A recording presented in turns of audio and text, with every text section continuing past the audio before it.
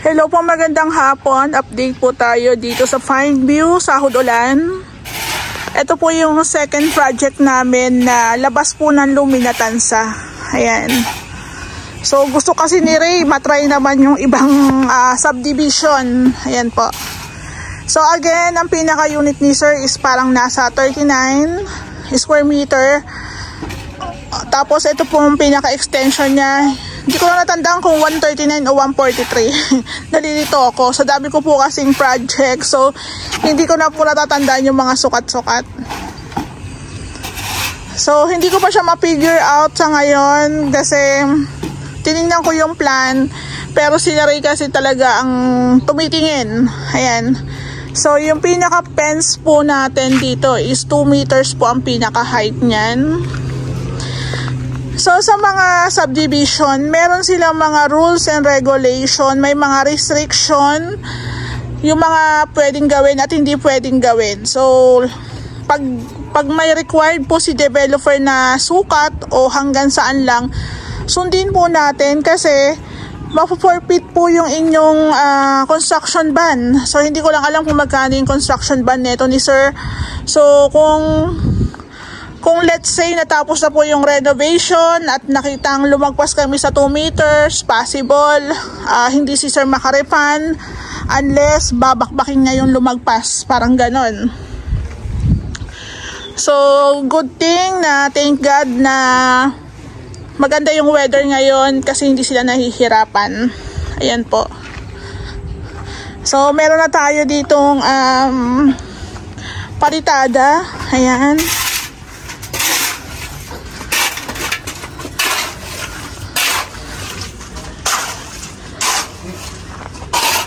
So, bali dito po sa likod is ganito po yung kanyang siding. Ganito yung siding natin dito sa likod. So, parang may space lang dyan.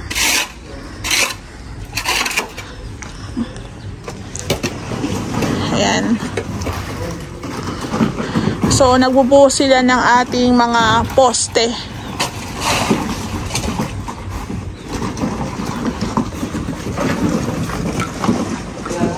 Ayan, picture tayo. So, ang pagkakaalam ko po dito sa part na to is naka-slab tayo eh. Naka-slab tayo. Ayan. Tapos, the rest na is roofing na. So, may part dyan na naka-slab.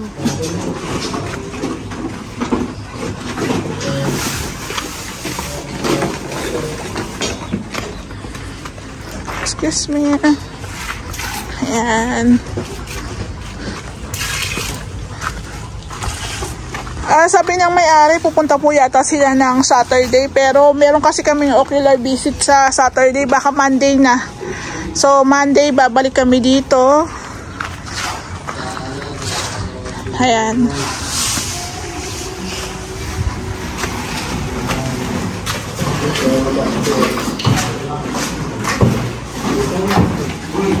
Imposible natin dito. Yung hindi magpapanagpo yung doon. Salisiyan siya eh. Di ba siya yung kwarto sa baba? Kasi pagpo pala.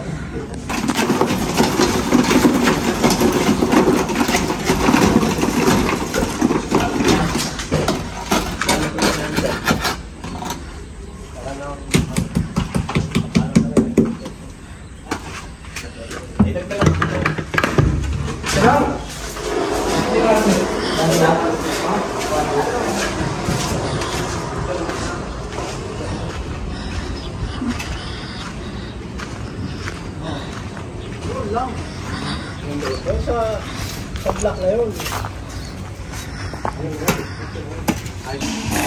Wala mo na lang mo. Mga ano dito? Ayan. Pinalamang kami dito.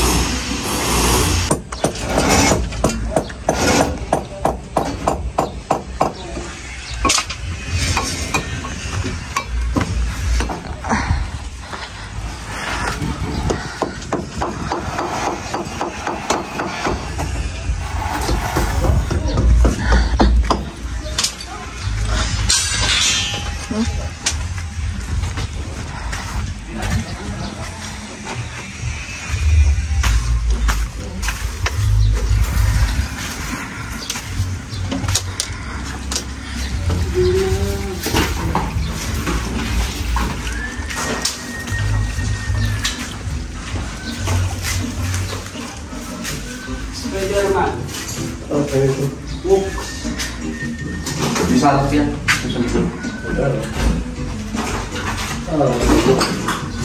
Pasan yan? Ay, ano na poste yan, no? Hello po, magandang hapon. Thursday, Webes po today. Ang huli ko po atang punta dito is Saturday po yata yung huling kong punta. So ito po yung ating update. Dito nga po pala, ayan, sa Lumina nasa 1.5 meters yung taas ng fence. Dito po sa Pine View is nasa 2 meters. Ayan, 2 meters. 2 meters. Ayan. So sa amin, nagpa-plastering pa rin po kami dyan ng manipis para maganda rin po yung ang finish ng ating exterior wall or fence. Ay, wag muna kayo mag-ingay, ako muna. Ayan, dito po. Ay, hindi ako nakita ni Madam. So, dito po. Ayan. So, yung exterior wall fence natin dito is ano rin po yan, naka-plastering.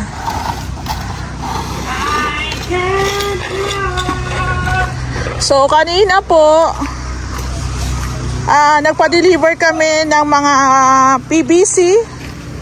Ayan, yung mga tubo na gagamitin po sa ating sanitary, para po sa water lines, para po sa, eto naman po para sa ano natin, kuryente. Yung blue para sa tubig.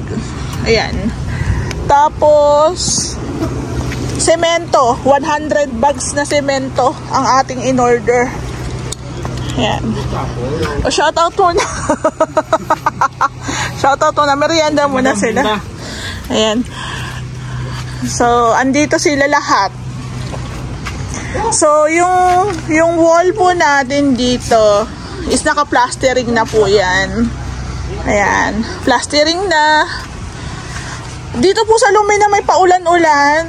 So, naawa ako sa kanila pag umuulan kasi syempre, ito po kasing mga to, kahit umuulan, nagtatrabaho, kahit, yung iba po kasi nagpapatay oras.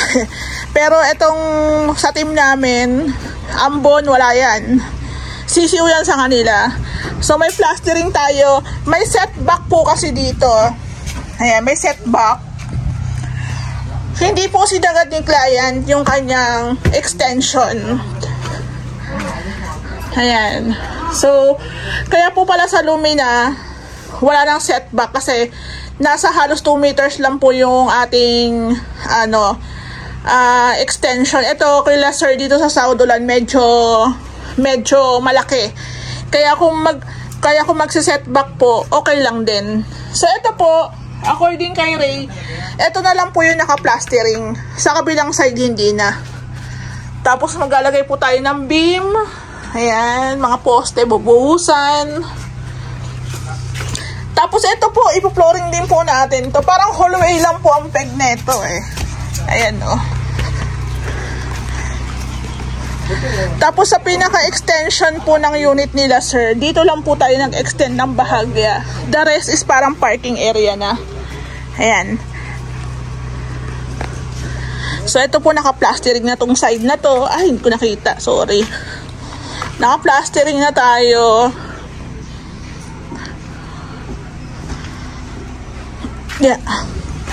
Ayan. So, meron tayong mga nilagay na beam dito sa part na to. Beam din po dito. Ito po yung bathroom.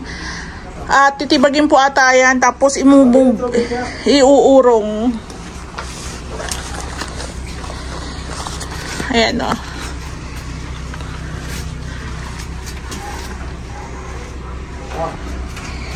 Ayan. Itong part na to, syempre sasarahan din. Ayan po, sasarahan din yan.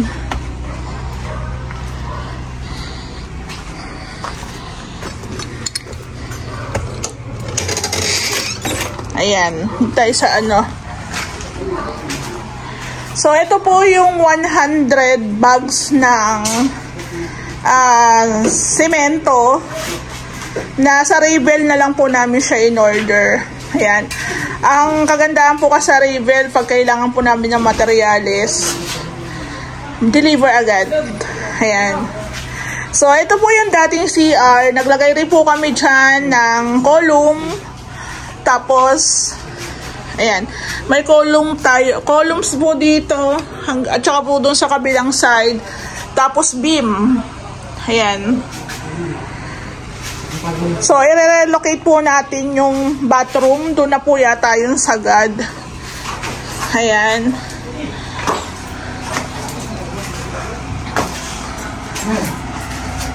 So, ito yung ating bakod. Naka-plastering na rin po yan. Yung poste po natin, ikakat po yan, nataasan lang, ikakat po natin yan.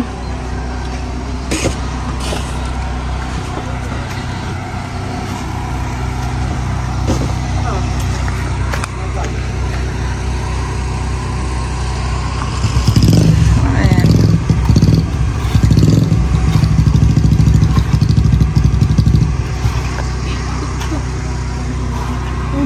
Dapat po hindi pa kami pupunta dito ni Ray, kaso nag-PM po ang team na kailangan nila ng alambre. Ito po palang alambre na ganito po kakapal. Ito po talaga yung ginagamit pang tali para po sa poste natin na bakal. Number to? May number po pala yung mga alambre, kaya kung bibili po kayo, lalo na kung gagamitin sa posting bakal, piliin nyo po yung makapal, katulad po nito.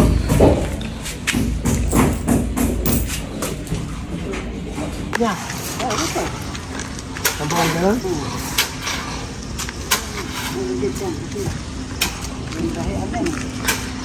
Tapos yung the rest na ano dito, space, parang ano na lang, garden.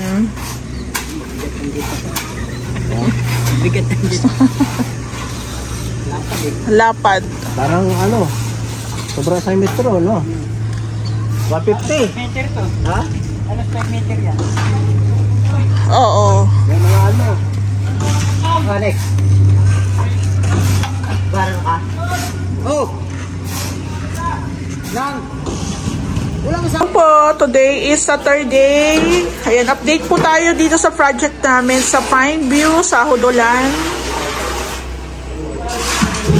So, itong mga simento na to, nung nakaraan araw, nagpa-deliver po kami ng 100 bags.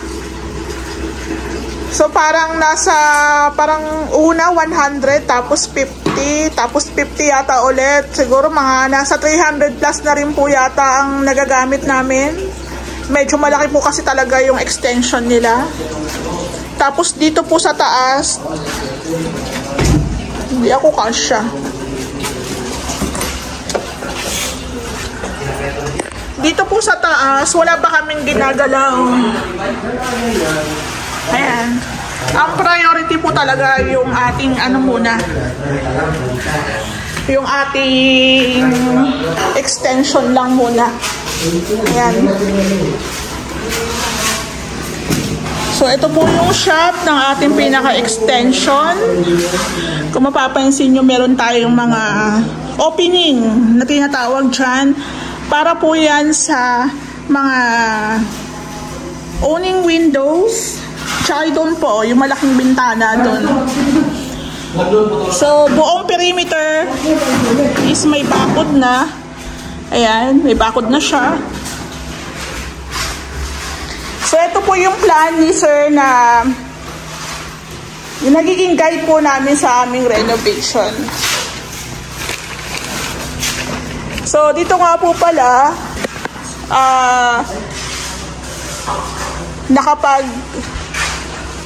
nakapag-set up na po sila ng mga bakal para po sa ating slab. So, parang double to double. Ayan. So, ito lang po yung part na lalagyan po ng slab o bubuhusan. The rest po is, roofing na, roofing. Ayan. So si sir sa unit niya, hindi nila sinagad hanggang sa pinaka-wall. Kumbaga meron silang perimeter fence.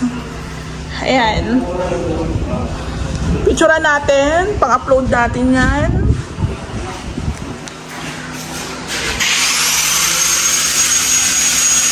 So buong walling po is naka-asintada na, nakapalitada na.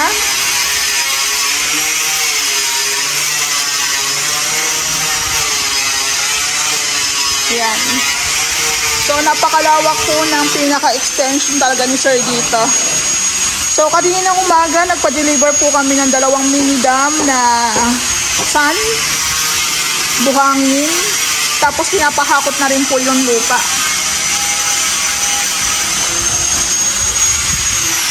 So, imagine, ganito lang po yung unit ni sir. Ganito lang po yung itsura ng unit niya dito po sa may 2nd floor.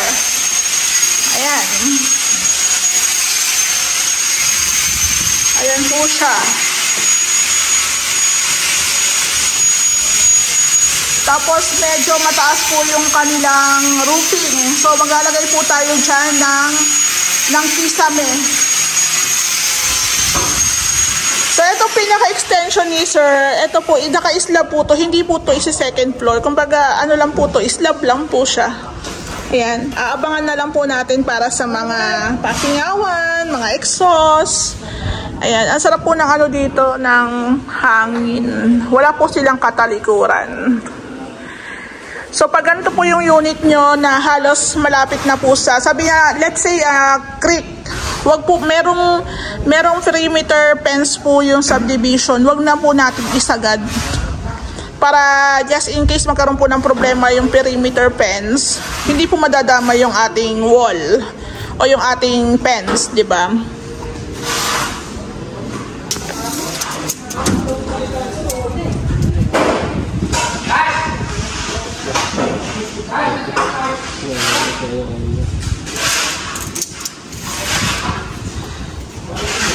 Ano natin to, boss? Hindi alam mo naman. Ha? Okay. Ano naman? Ngayon, konti lang. Paano mapasok yung ano?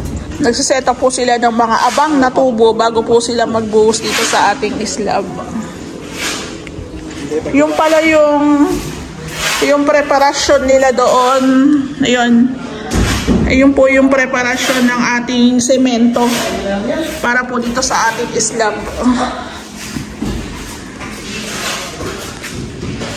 Extension grinder, dito mo ipalansak na. Sana.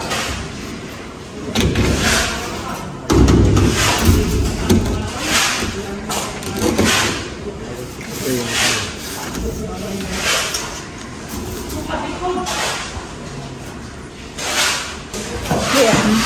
Ito po yung staircase. Yung staircase ni Lacer. Ayan.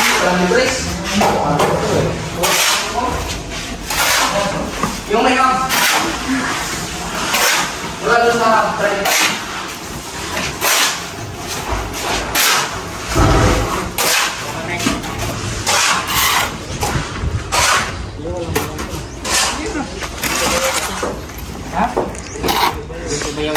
Noong nakaraang vlog ko po dito sa part na yan is nakasemento.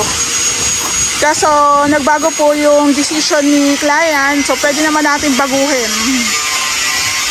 Ayan. So meron tayong mga opening, yan po yung sinasabi ko kanina, opening para po sa mga owning windows, sa mga sliding windows, yan. Tapos ito po yung preparasyon nila para sa ating slab.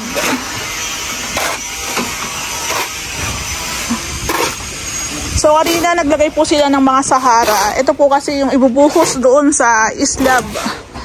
Inaabangan lang po nila ng mga tubo para doon sa ating exhaust. Hindi ko lang sure kung may abang para sa bathroom, para sa 2nd floor. Hindi ko lang sure. Pero ayun, mas maigi nang may abang.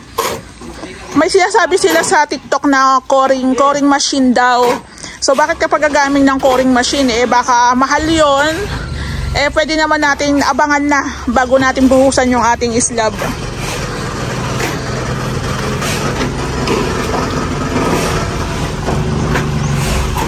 So, bali dito po sa unit ni Sir, halos na plastering na po nila. Ayan. Sa perimeter fence, pati po yung sa kabilang side, may plastering na rin po yan hanggang dito. Ayan. Hanggang dito, naka-plastering na. Ayan, ongoing.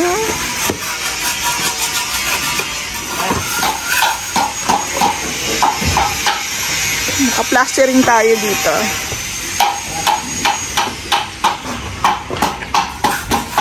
Patay mo yan guys, una. Tuloy.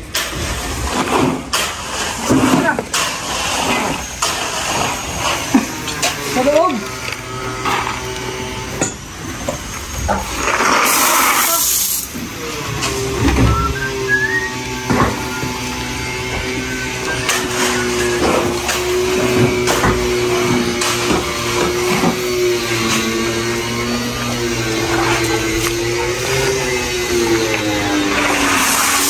Ano mo?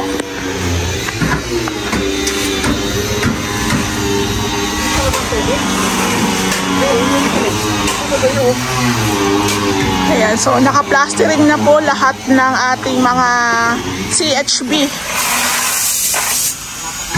Ayan, mag-aabang-abang na lang po sila. So again, nagpapasalamat po ako kay Sir tsaka kay Ma'am kasi sa amin niya to pinagkatiwala. Actually, bago sila napunta sa amin, meron na rin po silang mga iilan na napagtanungan. So, thank you kasi sa amin niya to pinagkatiwala. Actually, meron naman na kami nasubukan yung sa Bulacan. Natapos naman namin siya ng 2 months. Satisfied client naman sila Sir Vincent tsaka si Ma'am Cheryl. Ayan, shout out po. So, ibig sabihin, kaya namin makipagsabayan, kaya namin lumabas, kaya namin mag-operate sa labas po ng Luminatansa. So, dito nga po pala sa unit ni Sir, naging challenge sa amin to kasi napakalaki po talaga ng extension, no? Tingnan nyo to. Ang laki. Hindi lang siya yung basta 2x4 meters na extension, hindi. Napakalaki nito.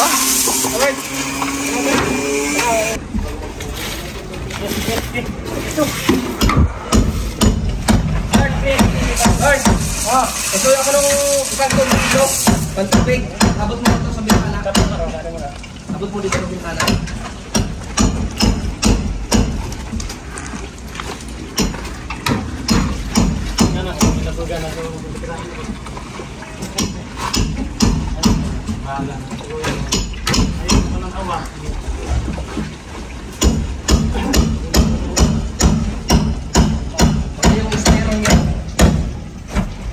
Styro.